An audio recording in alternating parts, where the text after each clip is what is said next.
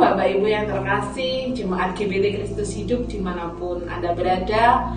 Saat ini kita mau berikan yang terbaik buat Tuhan. Kita mau berikan hati kita mau fokuskan pikiran kita kepada Tuhan. Kita percaya bahwa Tuhan selalu ada dan nyata dalam setiap langkah kehidupan kita. Mari kita akan mulai ibadah kita mau tundukkan kepala, kita mau bersatu hati, berdoa kepada Tuhan. Allah Bapa yang bertahta dalam kerajaan surga, kami mengucap syukur Tuhan buat penyertaan-Mu, perlindungan-Mu yang sungguh luar biasa dalam setiap langkah demi langkah kehidupan kami. Pada saat yang indah ini Tuhan, kami mau berikan hati kami yang terbaik buat Engkau Tuhan. Tuhan Yesus, kami mohon pengurapan-Mu terjadi atas setiap kehidupan kami dimanapun kami berada. Kami siap menerima sukacita-Mu Tuhan. Kami siap menerima curahan Roh Kudus-Mu Tuhan. Dan kami siap menerima mujizat-mujizat Tuhan yang luar biasa terjadi atas setiap kehidupan kami. Terima kasih Tuhan, terima kasih apabila masih ada kuasa jahat dalam hati dan pikiran kami Tuhan. Dalam ruangan ini Tuhan, pada saat ini kami mau bersatu hati, kami mau patahkan, kami mau hancurkan di dalam nama Tuhan Yesus Kristus. Kuasa iblis roh-roh yang gak berkenan di hadapan Tuhan dipatahkan, dihancurkan. Terima kasih Tuhan, terima kasih. Kami serahkan ibadah kami dari awal, pertengahan sampai pada akhirnya hanya di dalam nama Bapa, Putra, Anak dan Roh Kudus yang telah menjadi Tuhan dan Juru Selamat kami yang hidup. Haleluya, amin. Shalom jemaat Tuhan, mari masuk ke pelataran Tuhan dengan hati yang penuh dengan ucapan syukur, sebab Dia Allah yang baik, bahwasannya untuk selama-lamanya kasih setianya. Mari kita puji Dia. Haleluya.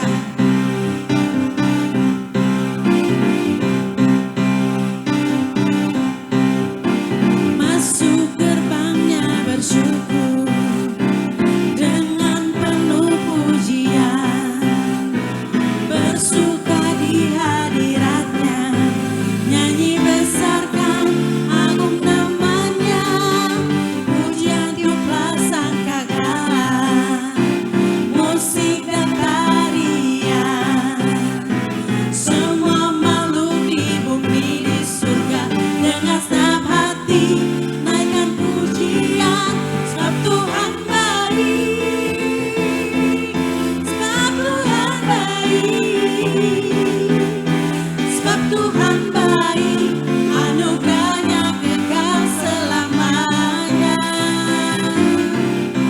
sebab Tuhan baik, sebab Tuhan baik, sebab Tuhan baik, anugerahnya kekal selamanya. Katakan Yesus Kristus Allah Tuhanku, Yesus Kristus Allah Tuhanku, pencipta segalanya, datang sujud di hadapannya, nyanyi besarkan agung namanya, pujian tiuplah sangkakala, musik dan tarian, semua makhluk di bumi di surga dengan senang hati angkat pujian, sebab Tuhan baik, sebab Tuhan baik, sebab Tuhan baik, anugerahnya kekal selamanya, sebab Tuhan baik, sebab Tuhan baik, sebab Tuhan baik, anugerahnya kekal selamanya. Oh, Kau sungguh baik Tuhan dalam kehidupan kami. Di setiap musim Kau selalu ada dan berikan pertolongan buat kami. Setiap yang percaya Tuhan katakan amin pagi ini. Sebab Tuhan baik, sebab Tuhan baik, sebab Tuhan baik, anugerahnya kekal selamanya. Semua katakan oh, sebab Tuhan baik, sebab Tuhan baik, sebab Tuhan baik.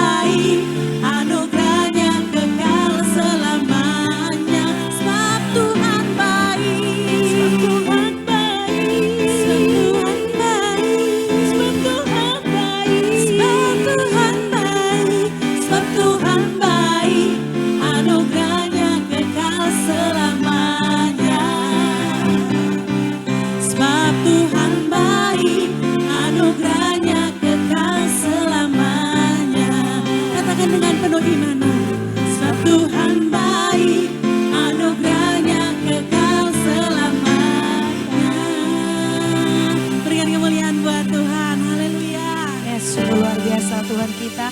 Kita semua percaya bahwa Allah kita adalah sumber kekuatan kita. Amin. Yes. Mari semuanya saya undang bagi berdiri. Kita sama-sama pujikan pujian ini.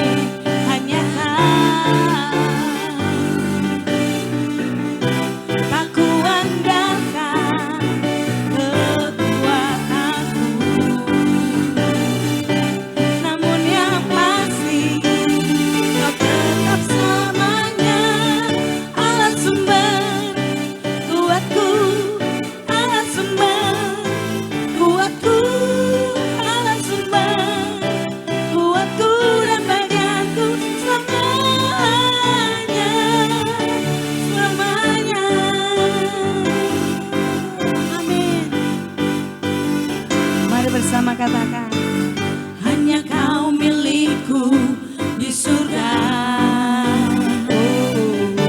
Tiada yang ku ingin di bumi. Katakan, hanya kau. Tak ku andalkan kekuatanku, namun yang pasti kau tetap selamanya.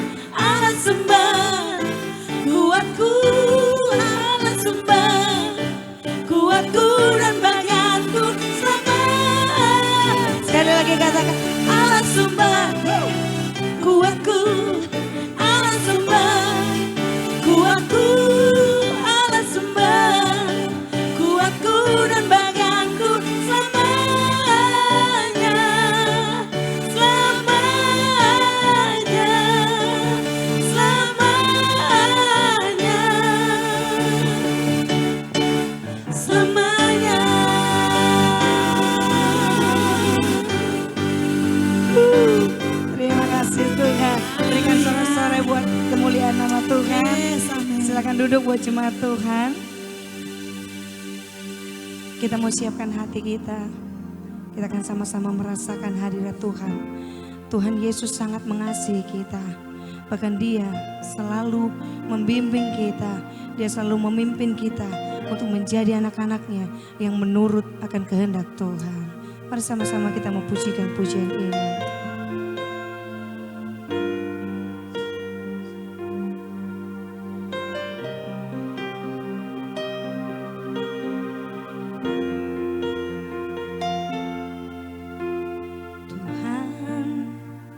Ajarku mengasihimu, Tuhan, ajarku mengerti rencanamu. Roh Kudus, bimbing aku ke jalanmu, ajarku menurut kehendakmu. Mari dengan sungguh-sungguh dan segenap hati katakan, yes Lord. Tuhan, ajarku mengasihimu. Ini permohonan kami Tuhan. Tuhan, ajarku mengerti rencanamu. Roh Kudus, bimbing aku ke jalanmu, ajarku menurut kehendakmu. Roh Kudus, peganglah tanganku,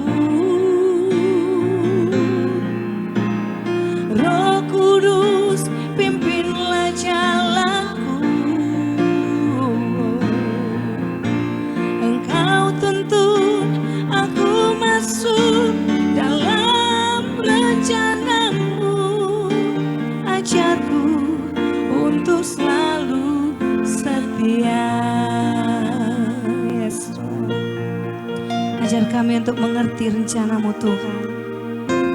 Tuhan, ajarku mengasihi-Mu. Tuhan, ajarku mengerti rencana-Mu. Roh Kudus, bimbing aku ke jalan-Mu. Ajarku menurut kehendak-Mu. Roh Kudus, peganglah tanganku. Roh Kudus, pimpinlah jalanku. Engkau tuntun aku masuk dalam rencana-Mu.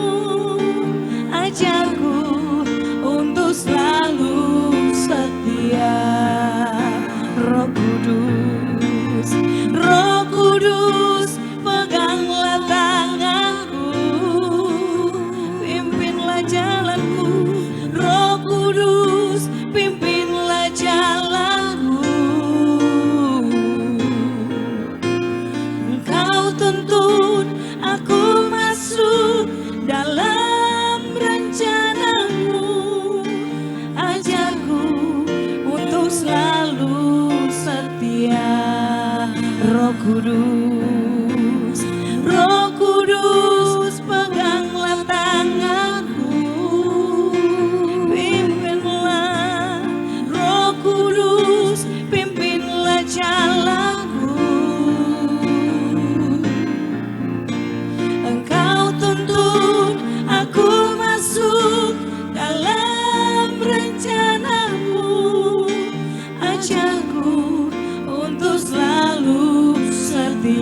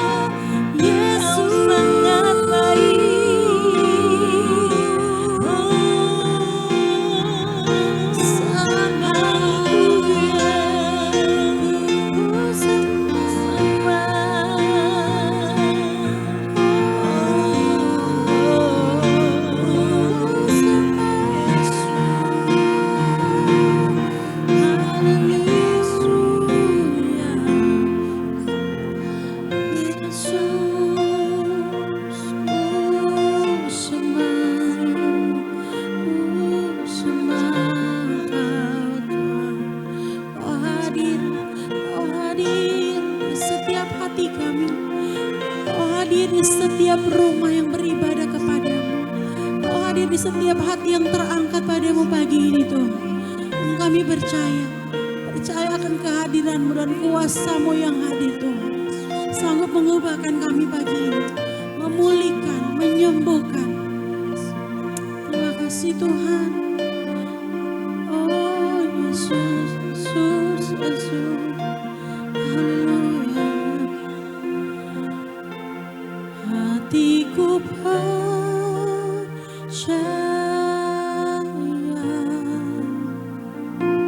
hatiku percaya,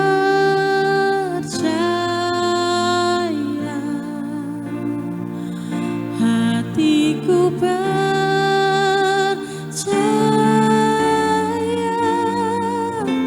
selalu ku percaya. Mari jemaat Tuhan, nyanyikan dengan imanmu. Hatiku percaya, apapun yang membatasimu pagi ini, hatiku percayalah bahwa kuasa Tuhan melampaui segala sesuatunya, setiap ketakutan, apapun yang kau hadapi saat ini. Katakan, hatiku percaya Tuhan, selalu ku percaya, hatiku percaya. Mungkin masa depanmu belum bisa engkau lihat pagi hari ini. Mungkin ada banyak yang belum bisa engkau prediksikan atas hidupmu hari ini. Tapi terus katakan pujian ini dengan imanmu. Katakan, aku percaya Tuhan. Hatiku percaya,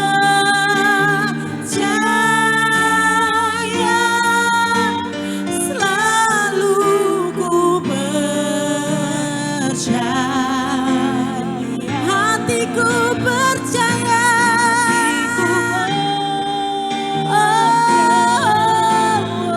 Kau sanggup mengubahkan Tuhan.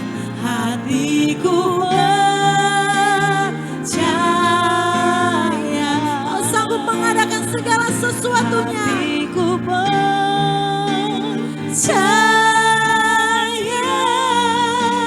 selalu ku percaya. Hatiku percaya. Mungkin saat ini engkau belum sembuh, tapi mari katakan, aku percaya Tuhan. Hatiku percaya. Mungkin saat ini belum ada jalan keluar atas masalahmu, tapi mari katakan dengan sungguh-sungguh.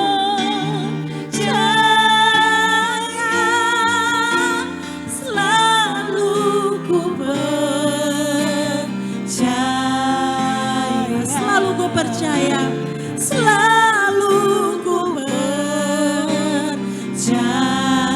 selalu ku percaya, ku percaya.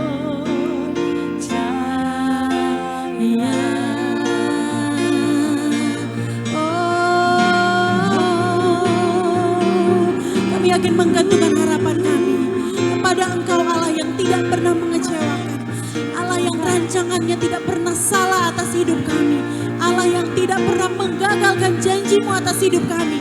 Kami percaya pagi ini Tuhan, kami akan mendapatkan jawaban Tuhan. Mungkin jalan keluar belum bisa kami lihat saat ini, tapi jawaban atas ketenangan, jawaban atas setiap harapan bahwa Engkau menyediakan yang terbaik buat kami, akan selalu kami dapatkan di dalam Roh-Mu Tuhan. Berkati hamba-Mu yang akan berbicara pagi hari ini. Tegur kami saat kami salah Bapa. Engkau nasihati kami Tuhan untuk kehidupan kami jauh lebih baik. Engkau kuatkan kami lewat firman-Mu pagi ini. Engkau pakai hamba-Mu Tuhan dengan hikmat marifat dari Tuhan yang akan meyakinkan kami bahwa suara-Mu bekerja lewat hamba-Mu pagi hari ini Bapa. Buat setiap rumah yang beribadah, buat setiap hati yang terbuka untuk bisa menerima setiap benih-benih firman Tuhan. Dan mampukan kami Tuhan untuk terus bertumbuh melalui gereja ini. Setiap firman yang disampaikan, siapapun hamba Tuhan yang Kau pakai Tuhan, biarlah setiap kami dan keluarga kami bersama-sama bertumbuh Tuhan. Dan kami bisa menjadi pelaku-pelaku firman yang setia. Di dalam nama-Mu Yesus Kristus Allah kami yang hidup, kami siap untuk sambut firman-Mu pagi hari ini yang akan menyegarkan hidup kami. Dalam nama Tuhan Yesus, haleluya. Amin.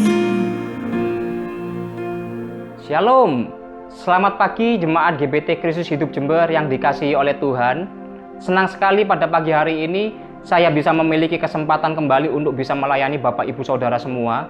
Dan saya percaya dimanapun Bapak Ibu Saudara berada, baik Bapak Ibu yang saat ini mengikuti ibadah online di rumah, maupun Bapak Ibu yang mungkin saat ini mengikuti ibadah ini di mobil, maupun di hotel, ataupun di rumah sakit, hari ini saya percaya bahwa setiap kita siap untuk mendapatkan berkat yang sama. Setiap kita yang siap untuk merenungkan firman Tuhan, boleh sama-sama katakan dengan saya, amin. Mari hari ini saya ajak setiap kita untuk sama-sama kita mau siapkan Alkitab kita. Kita mau siapkan Bible tab kita untuk ada di dekat kita, untuk sama-sama kita mau menyimak pembacaan firman Tuhan pada pagi hari ini. Bapak Ibu Saudara yang dikasihi Tuhan, minggu kemarin kita sama-sama sudah membahas tentang rasa tidak sanggup. Bagaimana ketika kita sama Tuhan bilang, Tuhan aku sudah nggak sanggup lagi Tuhan.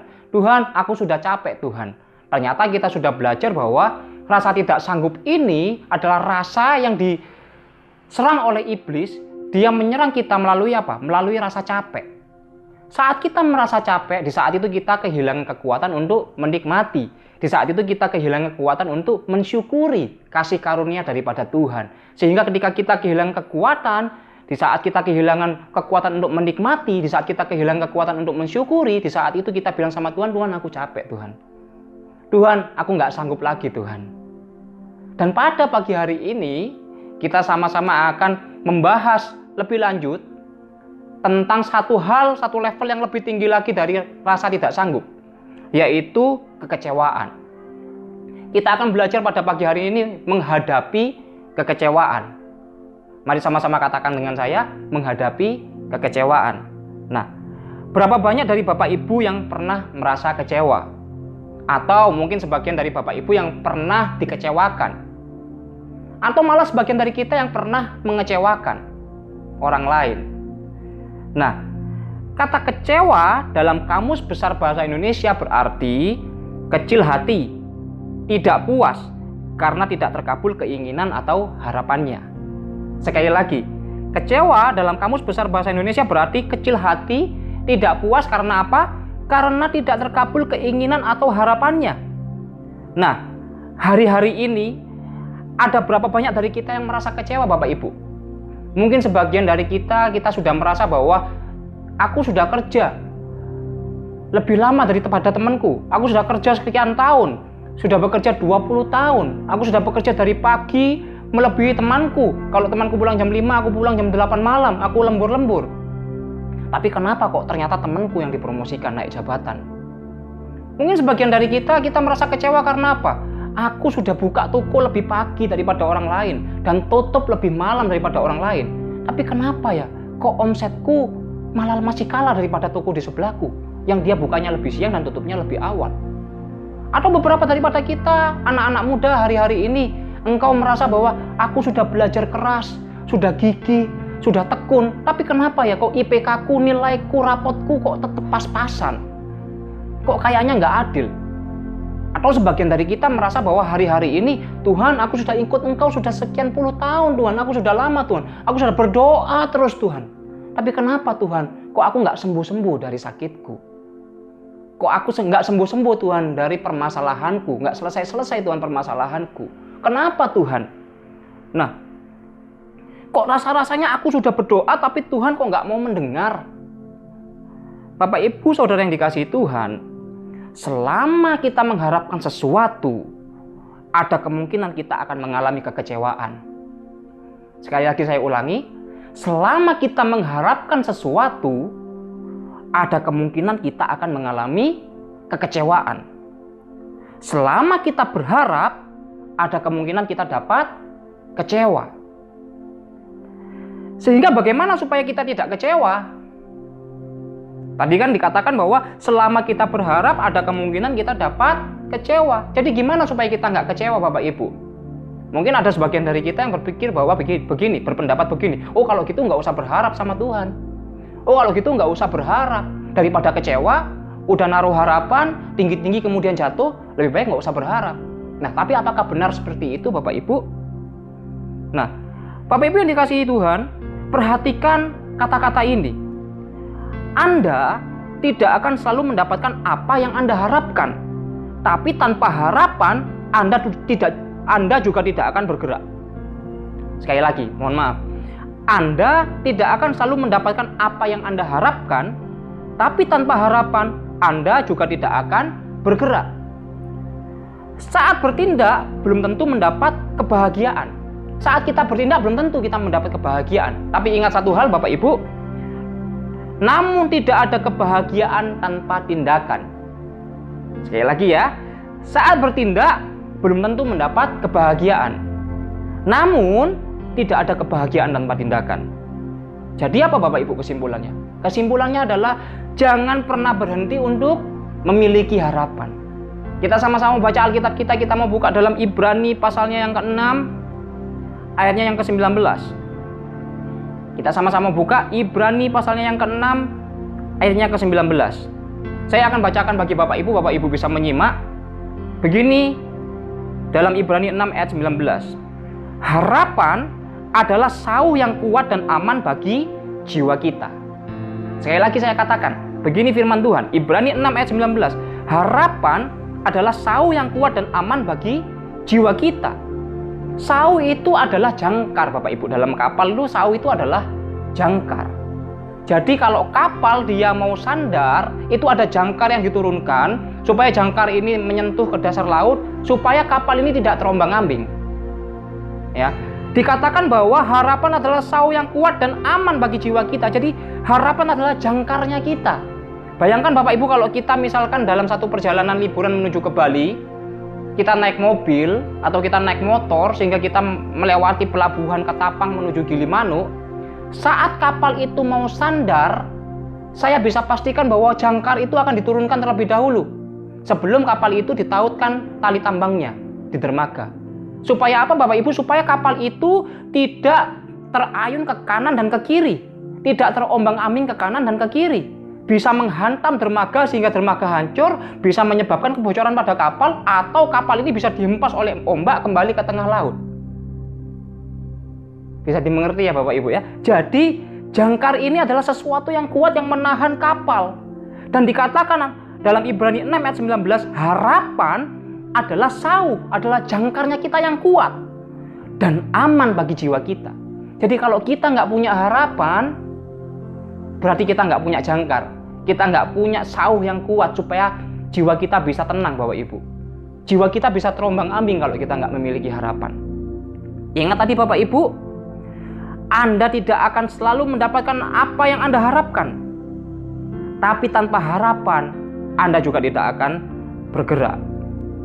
Nah, tapi ingat Bapak Ibu, saat kita berharap, saat itu ada kemungkinan kita akan kecewa. Hati-hati Bapak Ibu, jangan berdiam terlalu lama dalam kekecewaan. Karena kekecewaan di masa lalu akan membuat kita tidak bisa bergerak di masa depan. Sekali lagi, bahwa kekecewaan kita di masa lalu itu akan membuat kita tidak bisa bergerak ke masa depan. Tidak bisa bergerak di masa depan. Nah, pada suatu hari ada anak yang dibully dan diolok-olok oleh teman-temannya. Dia dibully dan diolok-olok oleh teman-temannya pada waktu dia masih SD. Dibully mungkin karena fisiknya, mungkin karena cara bicaranya, sehingga dia dibully, diolok-olok. Dan ternyata guru-gurunya ketika tahu bahwa anak ini dibully, guru-gurunya hanya apa? Hanya membiarkan Bapak Ibu. Kemudian orang tuanya akhirnya juga tahu. Saat orang tuanya tahu anak ini dibully dan diolok-olok, orang tuanya juga malah di rumah malah membuli dan memarah-marahin anak ini. Sehingga yang terjadi adalah apa? Di masa depan ketika dia dewasa, dia menjadi anak yang menarik diri dari lingkungannya. Di masa depan ketika dia sudah besar, dia menjadi anak yang kuper Bapak Ibu. Yang dia nggak bisa bergaul. Karena apa? Karena pada waktu kecil seharusnya ketika orang-orang yang dewasa mengetahui itu, seharusnya orang-orang yang lebih dewasa seperti guru dan orang tuanya menyelamatkan dia, memotivasi dia, sehingga dia bisa lepas dari kekecewaannya di masa kecil itu. Nah, perhatikan Bapak Ibu, ketika anak ini kecil dibully, saat dia besar dia menarik diri dari lingkungannya. Ingat ya Bapak Ibu tadi ya, kekecewaan di masa lalu membuat kita tidak bisa bergerak di masa depan. Nah, ada juga sebuah cerita, ada seorang anak perempuan, dia sudah ditinggal oleh kedua orang tuanya. Dan satu-satunya warisan dari kedua orang tuanya adalah sebuah sepeda motor. Dan anak perempuan ini tidak bisa mengendarai sepeda motor, sehingga dia harus mengendarai sepeda motor. Ya. Kemudian dia belajar, ternyata dia terjatuh. Saat dia terjatuh, dia mencoba bangkit lagi dan terjatuh lagi. Kemudian apa yang terjadi? Dia kemudian kecewa, Bapak Ibu. Aku sudah belajar, kok nggak bisa-bisa naik motor. Kemudian dia menjadi trauma, sehingga dia menjadi takut untuk mengendarai sepeda motor. Nah, akibatnya apa? Akibatnya dia nggak bisa naik sepeda motor. Nah, pada suatu hari, Bapak Ibu, anak ini sudah mulai dewasa, sudah lebih dewasa, dan dia sudah harus mencari pekerjaan. Dia sudah lulus sekolah dan mulai mencari pekerjaan. Kemudian diterimalah dia di satu perusahaan, di mana dia harus mengendarai sepeda motor ke tempat bekerjanya itu. Karena apa? Karena tidak ada kendaraan umum untuk menuju tempat pekerjaannya. Nah, sehingga apa yang harus dia lakukan? Yang harus dia lakukan adalah dia harus berani untuk mengendarai sepeda motor dari rumahnya menuju tempat kerjanya. Tapi karena dia kecewa, karena dia trauma, sehingga dia memilih untuk tidak mengambil pekerjaannya yang sudah ada di depan matanya dia. Karena apa? Karena dia takut, dia kecewa, nggak bisa naik motor, dia akhirnya melepas pekerjaannya. Jadi intinya apa, Bapak Ibu? Jadi intinya adalah kekecewaan di masa lalu membuat kita tidak bisa bergerak di masa depan. Kekecewaan di masa lalu menentukan masa depannya kita. Ya. Bapak Ibu Saudara yang dikasihi Tuhan, kita harus tahu beda antara menjaga diri dari kesalahan yang sama dengan membatasi diri dari kesempatan yang ada. Sekali lagi Bapak Ibu, kita harus tahu beda antara menjaga diri dari kesalahan yang sama dengan membatasi diri dari kesempatan yang ada. Seperti tadi belajar motor, kita harus menjaga diri dari kesalahan yang sama. Misalkan tadi apa? Misalkan tadi, jatuh naik motor karena apa? Karena tidak seimbang. Karena mungkin lupa mengerem. Sehingga kita harus menjaga dari kesalahan yang sama. Tapi bukan berarti karena kita jatuh dari motor, kemudian kita membatasi diri dari kesempatan yang ada. Seperti anak perempuan tadi. Ketika dia tahu dia mendapatkan pekerjaan di satu tempat, dia kemudian melepas pekerjaan itu, dia membatasi dirinya karena apa? Karena kekecewaannya di masa lampau. Karena ketidakbisaannya mengendarai sepeda motor. Ya, sehingga dia membatasi diri dari kesempatan yang ada.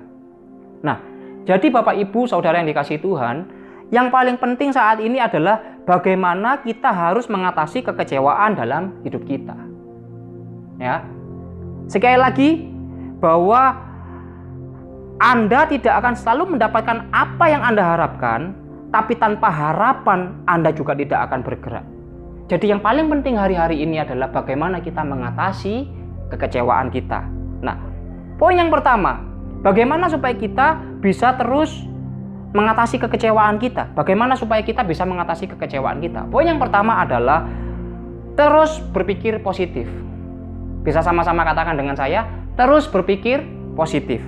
Ya, berpikir bahwa ada pelajaran yang baik dari kejadian yang buruk.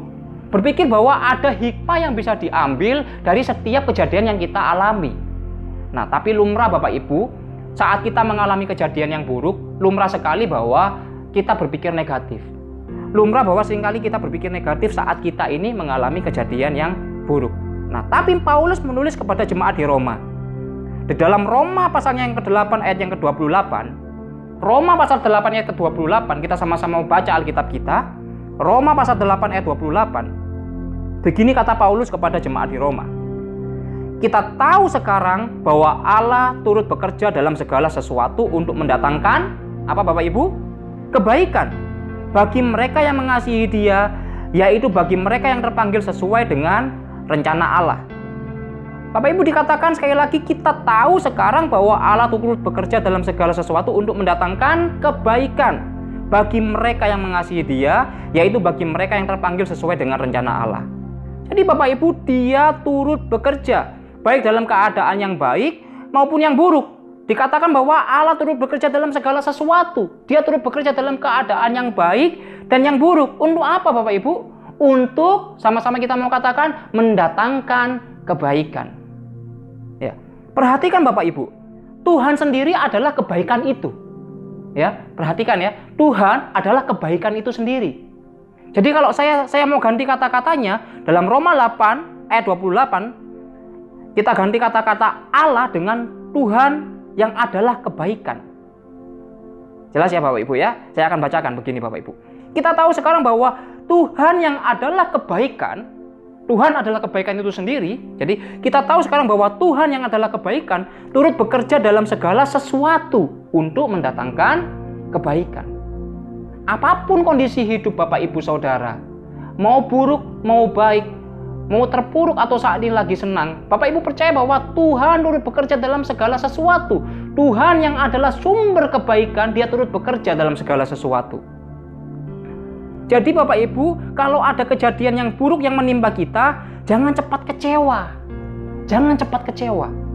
Karena apa? Karena Tuhan adalah kebaikan itu sendiri dan Dia bekerja dalam setiap apa yang kita hadapi. Kita harus terus berpikir positif bahwa Dia turut bekerja dalam segala sesuatu yang kita hadapi. Nah, Paulus bersaksi di dalam 2 Korintus pasal yang keempat ayat yang ke-8 sampai 9, dia berkata seperti ini Bapak Ibu. Jadi Paulus ini benar-benar dalam kondisi yang terdesak. Dia benar-benar dalam kondisi yang terjepit. Dia benar-benar dalam kondisi yang tersiksa Bapak Ibu. Dia berkata, dia bersaksi seperti ini.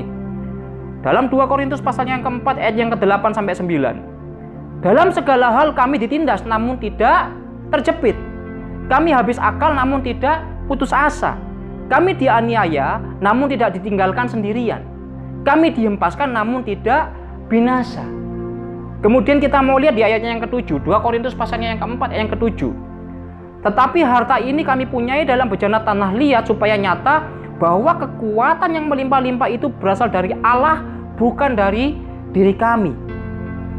Jadi Paulus dalam kondisinya dia yang terdesak, dia yang teraniaya, dia berkata, kekuatan yang melimpah-limpah dalam hidupku berasal dari Allah, berasal dari Tuhan yang adalah sumber kebaikan. Untuk apa? Untuk mendatangkan kebaikan. Sehingga dia berkata, dalam segala hal aku ditindas, dalam segala hal aku terjepit, tapi aku tidak putus asa. Aku dianiaya namun aku tidak ditinggalkan sendirian. Selalu ada perkataan-perkataan positif di situ. Aku dihempaskan namun aku tidak binasa. Jadi Bapak Ibu, bagaimana dengan kita? Bagaimana kalau kita dalam posisinya Paulus? Mungkin hari-hari ini kalau kita dalam posisinya Paulus, kita teraniaya, kita disiksa. Mungkin Bapak Ibu, apa yang akan kita lakukan? Mungkin kita akan balas penganiaya kita. Mungkin kita akan berpikir begini, oh lihat ya nanti ya, saat aku sudah mempunyai kekuatan yang lebih, saat nanti aku sudah memiliki keuangan yang lebih, saat aku nanti menjadi seseorang yang lebih, aku pasti akan balas kamu.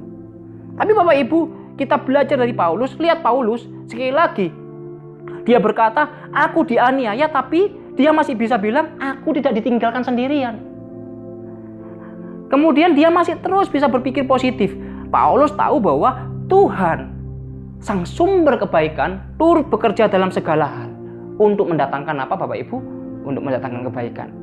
Jadi banyak kalimat yang saya ulang ya Bapak Ibu ya, bahwa Tuhan sang sumber kebaikan. Paulus berkata bahwa Tuhan sang sumber kebaikan bekerja dalam segala hal. Jadi meskipun hal-hal buruk menimpa dia, dia percaya bahwa Tuhan turut bekerja untuk mendatangkan kebaikan.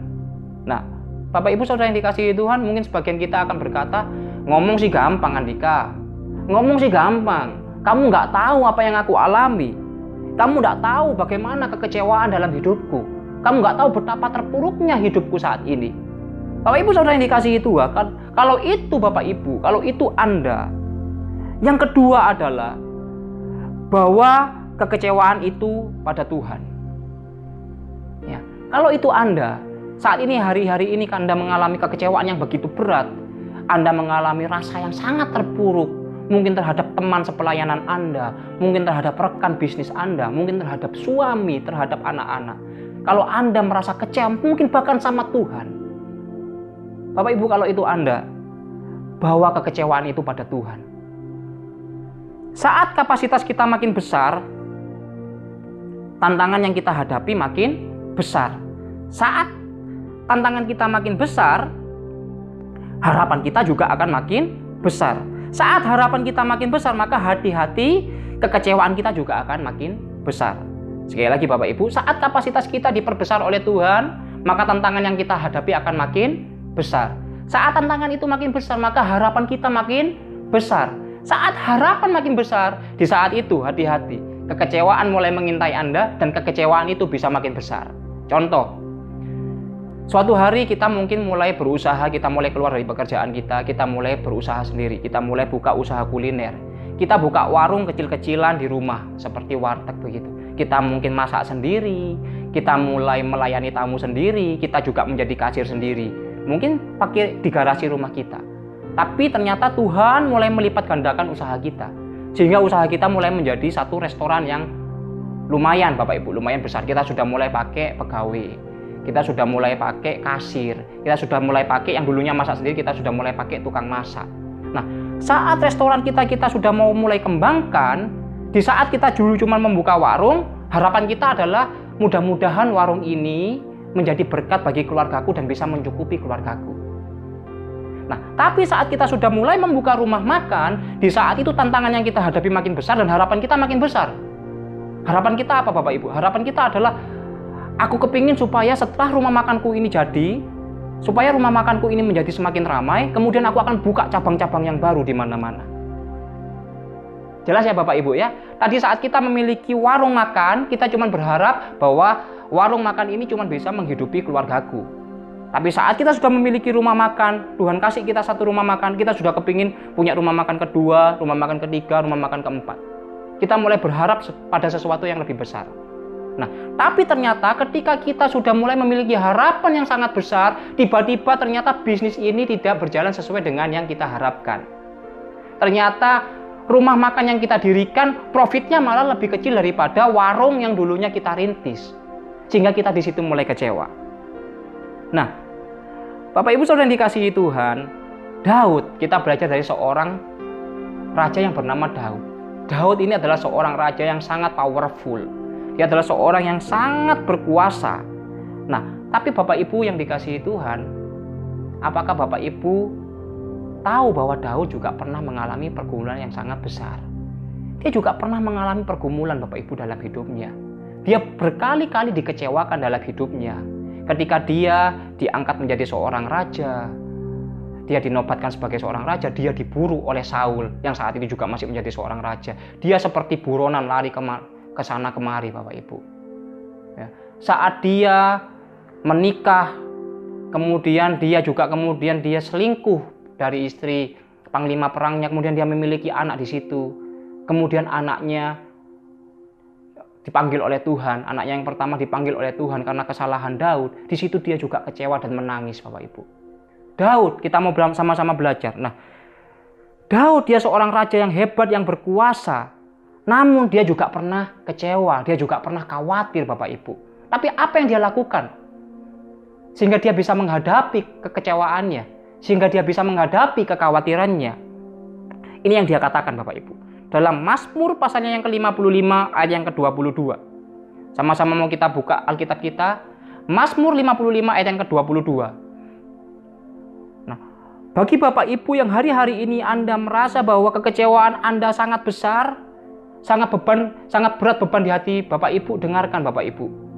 Daud, dia juga pernah mengalami kekecewaan yang sangat besar, dia juga pernah mengalami pergumulan yang begitu besar. Dalam Mazmur 55 ayat 22 dia berkata, serahkanlah khawatirmu kepada Tuhan, maka Ia akan memelihara engkau. Tidak untuk selama-lamanya dibiarkannya orang benar itu goyah. Jadi hari-hari ini kalau itu Anda, Daud ingatkan kepada kita dalam Mazmur 55 ayat yang ke-22, serahkanlah khawatirmu kepada Tuhan, maka Ia akan memelihara engkau. Tidak untuk selama-lamanya dibiarkannya orang benar itu goyah. Nah, bagi Anda yang sudah terlanjur mengalami kekecewaan yang begitu berat, bagi Anda yang sudah terlanjur nih kecewa sama Tuhan, dengarkan ayat ini. Mazmur 34 ayat yang ke-18. Sekali lagi, Mazmur 34 ayat 18. Tuhan itu dekat kepada orang-orang yang patah hati dan Ia menyelamatkan orang-orang yang remuk jiwanya. Tuhan itu dekat kepada orang-orang yang patah hati dan Ia menyelamatkan orang-orang yang remuk jiwanya. Mazmur 62 ayat yang pertama. Untuk pemimpin biduan menurut Yedutun, Mazmur Daud. Hanya dekat Allah saja aku tenang, daripadanya lah keselamatanku. Hanya dekat Allah saja aku tenang. Hanya dekat kepada Tuhan sang sumber kebaikan, aku tenang. Karena apa? Karena Tuhanku sang sumber kebaikan mendatangkan kebaikan. Terhadap apa? Terhadap segala sesuatu, segala hal yang terjadi dalam hidupku. Mari perkatakan dengan iman Bapak Ibu, bahwa Allah turut bekerja dalam segala hal, dan hanya dekat Allah saja aku tenang. Allah turut bekerja dalam segala hal, dan hanya dekat Allah saja aku tenang. Allah sang sumber kebaikan itu, Dia akan memberikan kebaikan kepadaku. Amin Bapak Ibu. Ya, jadi bagi Bapak Ibu yang hari-hari ini merasa berat, merasa kecewa, bawa kekecewaan itu pada Tuhan. Bawa Bapak Ibu. Hanya dekat Allah saja aku tenang. Dan percaya bahwa Tuhan, sang sumber kebaikan, Dia akan mendatangkan kebaikan dalam segala sesuatu yang menimpa kehidupan kita. Nah, poin yang ketiga, percaya sesuatu yang lebih baik akan datang. Jadi bagaimana kita menghadapi kekecewaan? Yang ketiga adalah percaya bahwa segala sesuatu yang lebih baik akan datang. Dalam Yeremia 29 ayat ke-11, begini firman Tuhan. Sebab aku ini mengetahui rancangan-rancangan apa yang ada padaku mengenai kamu. Demikianlah firman Tuhan, yaitu rancangan damai sejahtera dan bukan rancangan kecelakaan, untuk memberikan kepadamu hari depan yang penuh harapan. Jadi percaya Bapak Ibu, kalau hari-hari ini kita mengalami kekecewaan, bagaimana supaya kita bisa menghadapi kekecewaan? Yang ketiga adalah percaya bahwa sesuatu yang lebih baik akan datang. Firman Tuhan berkata, Tuhan mengetahui rancangan-rancangan apa yang ada padamu mengenai kamu. Demikianlah firman Tuhan, yaitu rancangan damai sejahtera dan bukan rancangan kecelakaan, untuk memberikan kepadamu hari depan yang penuh harapan. Bapak Ibu yang dikasihi Tuhan, bahwa kita harus tahu beda antara memberikan dengan menyediakan. Di sini dikatakan firman Tuhan dikatakan bahwa Tuhan memberikan rancangan damai sejahtera untuk apa? Untuk memberikan kepadamu atau kepada kita hari depan yang penuh harapan. Bukan menyediakan kepada kita, tapi memberikan kepadamu. Nah, apa beda antara memberikan dengan menyediakan? Nah, kalau menyediakan itu Bapak Ibu contohnya begini. Kalau misalkan kita yang sedang kuliah atau Bapak Ibu yang punya anak, Bapak Ibu bilang sama anak-anak Bapak Ibu, anakku, ini Papa menyediakan uang untuk kamu bayar kuliah. Papa menyediakan kamu uang untuk kamu bayar kuliah. Pertanyaannya adalah, saat kita menyediakan uang, apakah sudah sampai kepada tangan anak Bapak Ibu? Bisa dimengerti ya Bapak Ibu ya. Nah, tapi saat memberikan seperti ini. Ini anakku, Bapak, Ayah berikan uang ini untuk kamu untuk bayar kuliah. Jelas ya Bapak Ibu ya. Jadi menyediakan adalah sesuatu yang disediakan tapi belum diberikan kepada sang penerima. Tapi di sini firman Tuhan berkata bahwa Tuhan memberikan rancangan damai sejahtera untuk apa? Untuk memberikan kepadamu hari depan yang penuh harapan. Jadi Dia akan memberikan Bapak Ibu, bukan cuma menyediakan, tapi Dia memberikan kepada kita hari yang penuh dengan harapan. Nah, percaya bahwa hari besok diberikan Tuhan dengan penuh dengan harapan, sehingga hidup kita menjadi antusias. Percaya Bapak Ibu bahwa hari depan yang akan kita alami itu adalah hari depan yang penuh dengan harapan, sehingga kita bisa menjalani hari-hari dengan antusias. Contoh nih Bapak Ibu, suatu hari ternyata kita ikut undian berhadiah. Ternyata suatu hari kita tiba-tiba mendapatkan uang undian senilai 5 miliar rupiah. Nah, kemudian saat kita tahu kita mendapatkan uang senilai 5 miliar rupiah itu, kemudian diberitahu oleh pihak penyelenggara bahwa uang hadiah 5 miliar akan diberikan pada tanggal 31 Agustus. Nah, bayangkan Bapak Ibu, hari ini saat kita tahu bahwa uang 5 miliar akan diberikan pada tanggal 31 Agustus, apa yang akan kita lakukan? Pasti kita akan apa? Pasti kita akan antusias. Kita akan menghadapi hari-hari dengan penuh sukacita, dengan penuh kegembiraan. Karena apa? Karena kita tahu bahwa ada uang 5 miliar di tanggal 31 Agustus. Bapak Ibu Saudara yang dikasihi Tuhan, kalau kita bisa gembira, kalau kita bisa antusias karena akan ada uang 5 miliar yang diberikan kepada kita sebagai contoh, bayangkan Bapak Ibu, Tuhan berjanji kepada kita bahwa Dia akan memberikan hari depan yang penuh dengan pengharapan. Dia akan memberikan hari depan yang penuh dengan janji-janjinya Tuhan, dengan pengharapan. Seharusnya apa Bapak Ibu? Ketika kita tahu bahwa Tuhan berjanji seperti itu, kita harus menjalani hari-hari dengan antusias Bapak Ibu. Nah, balik ke Yeremia 29 ayat ke-11, rancangan Tuhan itu bukan rancangan kita, Bapak Ibu. Seringkali kita kecewa karena kita memaksakan kehendak kita sama Tuhan. Iya Pak, iya Bapak Ibu. Sekali lagi ya, rancangan Tuhan bukan rancangannya kita, tapi seringkali kita memaksakan kehendak kita sama Tuhan. Nah, pertanyaannya adalah, kita yang ikut Tuhan, apa Tuhan yang ikut kita? Ya, Abraham seorang nabi yang luar biasa. Dia adalah contoh teladan bagi bapak orang percaya. Imannya begitu kuat. Nah, saat dia menikah, orang menikah tujuannya pasti adalah untuk memiliki keturunan, untuk memiliki anak. Ya. Tapi saat dia menikah, lama menikah, belum juga memiliki keturunan. Kemudian Tuhan berjanji sama dia, lihatlah bintang-bintang di langit. Nanti keturunanmu akan sama banyaknya seperti bintang-bintang di langit.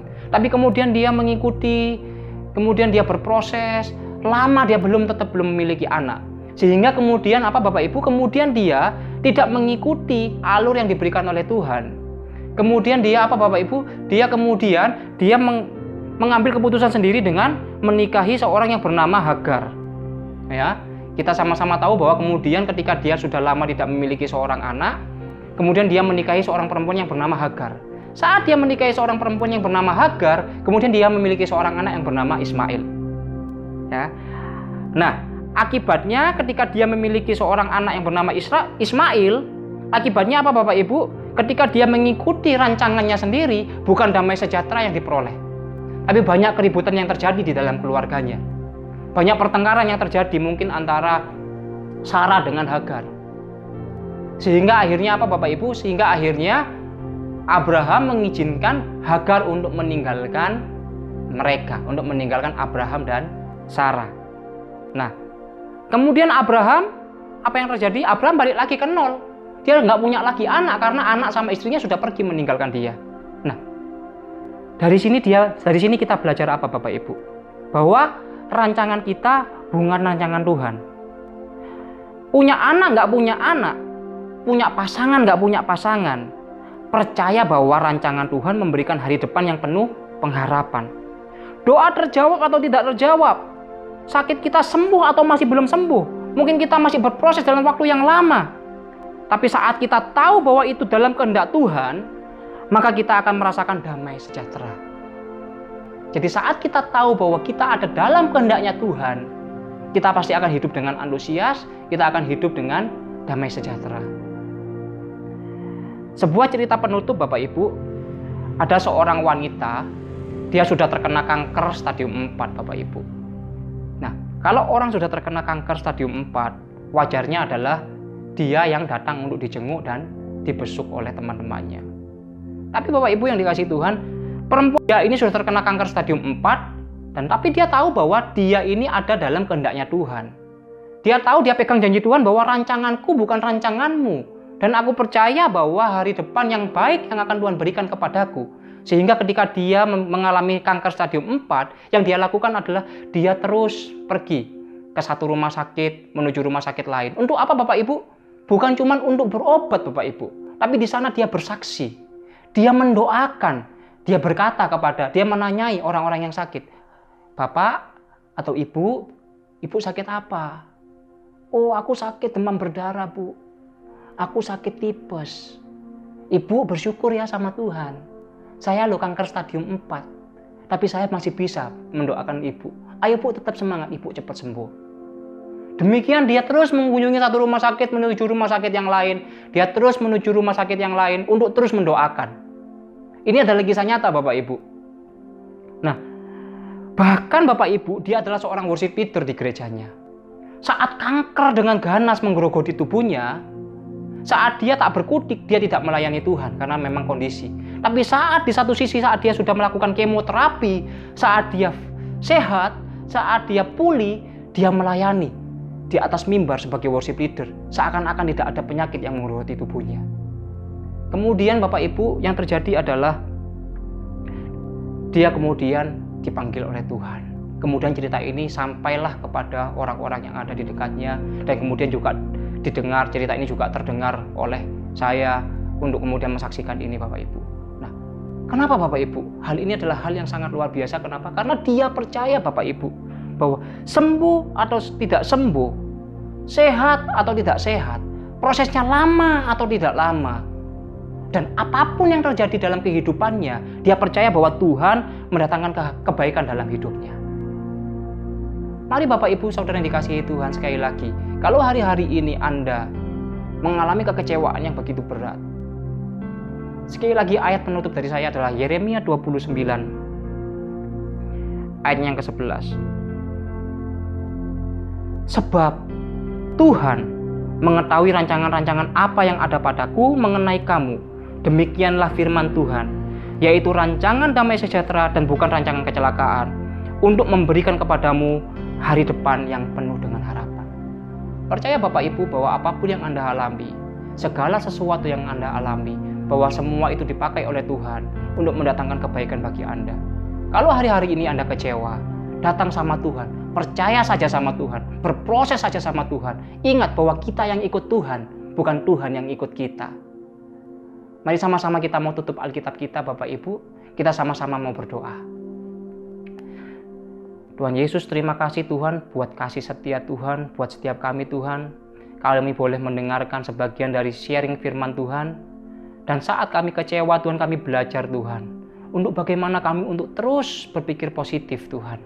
Kami belajar Tuhan, bahwa kami harus membawa masalah kami ini kepada Tuhan. Kami percaya Tuhan dan kami belajar berharap penuh hanya kepada Tuhan. Kami percaya Tuhan bahwa firman Tuhan pada pagi hari ini Tuhan bukan cuma menjadi rema buat setiap kami Tuhan, tapi juga menjadi kekuatan buat setiap kami Tuhan.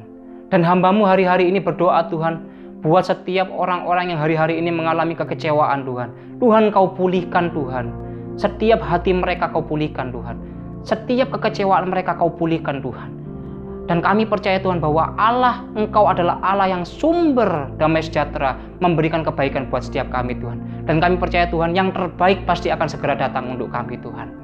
Terima kasih Tuhan, terima kasih Bapak, kami percaya Tuhan. Dan kami menyerahkan sepenuhnya Tuhan masa depan kami ke dalam tangan Tuhan. Dan kami menyerahkan Tuhan sepenuhnya beban kami ke dalam tangan Tuhan. Karena kami percaya Tuhan segala perkara dapat kutanggung di dalam Dia yang memberi kekuatan kepadaku. Terima kasih Tuhan, terima kasih Bapa. Hanya di dalam nama Tuhan Yesus kami telah berdoa dan mengucap syukur. Mari sama-sama yang percaya kita sama-sama katakan amin. Terima kasih. Tuhan Yesus memberkati kita semua. God bless you.